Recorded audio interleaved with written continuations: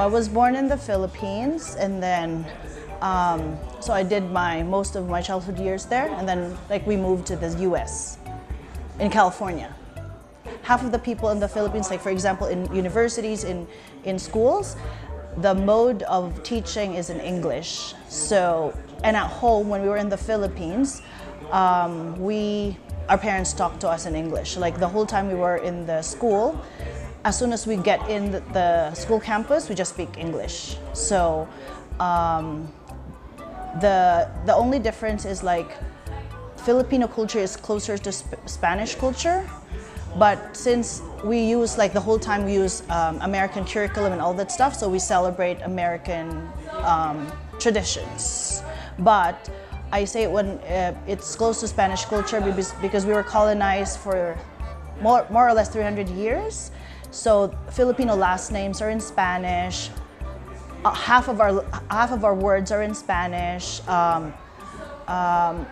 Like if you can see, like for example, it's the same here when I was traveling in South America. Like it's the Catholic Church and the park in front. So it's like it's the same thing. So there's a lot of cultures that are so similar. With the U.S. as well, like it's because we've been like U.S. is like a very big part of our culture. Like Philippines is so into basketball, like as much as the Americans. Like growing up, we celebrate the American traditions like Thanksgiving, Christmas, Halloween, but we also have like fiestas with the patron saints because Philippines is a Catholic country. Of today, 25. But my goal is 100 before I die. A lot, like for example, like the hardest trip I've ever did was when I went to India in 2015. It was hard in a way because it was just like a lot of people were telling me like to be all the time to be careful. So I have like a lot of how do you say that one? A lot of things that happened that it was beyond my control. And it was like out of the 25 countries that I've been to, it's the most unsafe place that I've been. But like it's a beautiful country. I've seen Taj Mahal, like they are really nice people, but like yeah, that was the craziest. And out of the 25, actually a lot of people ask me this when I came back to Colombia this year, like you've been to a lot of places or countries, why did you choose Colombia? Like for me, it's my favorite country, and it really feels like home. Like it's the place I've been that I really made, like Colombia is so I've lived in the Philippines, I've lived in the States. Prior to Colombia, I've lived in Thailand for 4 years because I worked there. And then I was in Ecuador for a month teaching. It was like a volunteer thing. And then I moved here. And then when I moved here, because in 2017, I got the job here. I wasn't hired from abroad because after Thailand, I want to travel South America. But to be able to afford that, you have to look for a job in the continent. So I got a job lined up in Ecuador. And then I got there and I didn't like it. But it was sometime in April, in 2017, April or May. So I was like, the job will start in August. So I have time to see South America, like travel backpacking for 4 months or 3 months. And then I was like, I'll go to Colombia first. So I just took the bus from Quito to Otavalo and then crossed the border to Ipiales.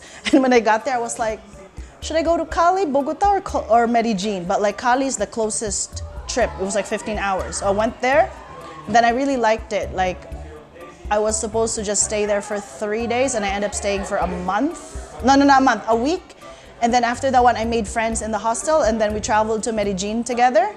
And this was the craziest part. Like I got here, I just checked in the hostel. Then we went to the Medellin free walking tour. On the way back, I was like, I'm moving here. And then I just applied for jobs and then I got this job, like when I was working in Colegio Canadiense in 2017, within a month. And then like I've been here I quit last year and then in February and then they reached out to me sometime in July this year if I want to come back. So like I'm here again. because this is my favorite country. Among all the places that I've lived in, this is the place where I really made a lot of, like, you know how like good relationships, like even like my co-teachers that weren't here anymore in this school, like I'm still like really close to them, and not just with them, their suegras, their parents, their like, so it's really the place where I feel like I'm at home and I feel loved. The weather is really nice, that's the thing. Like, this is the first place I've ever lived in that I never needed an air conditioner. It's really nice. And then, how do you say that one? It's just very relaxed. That's how I feel here. Like it's just relaxed, and everything is so simple and easy.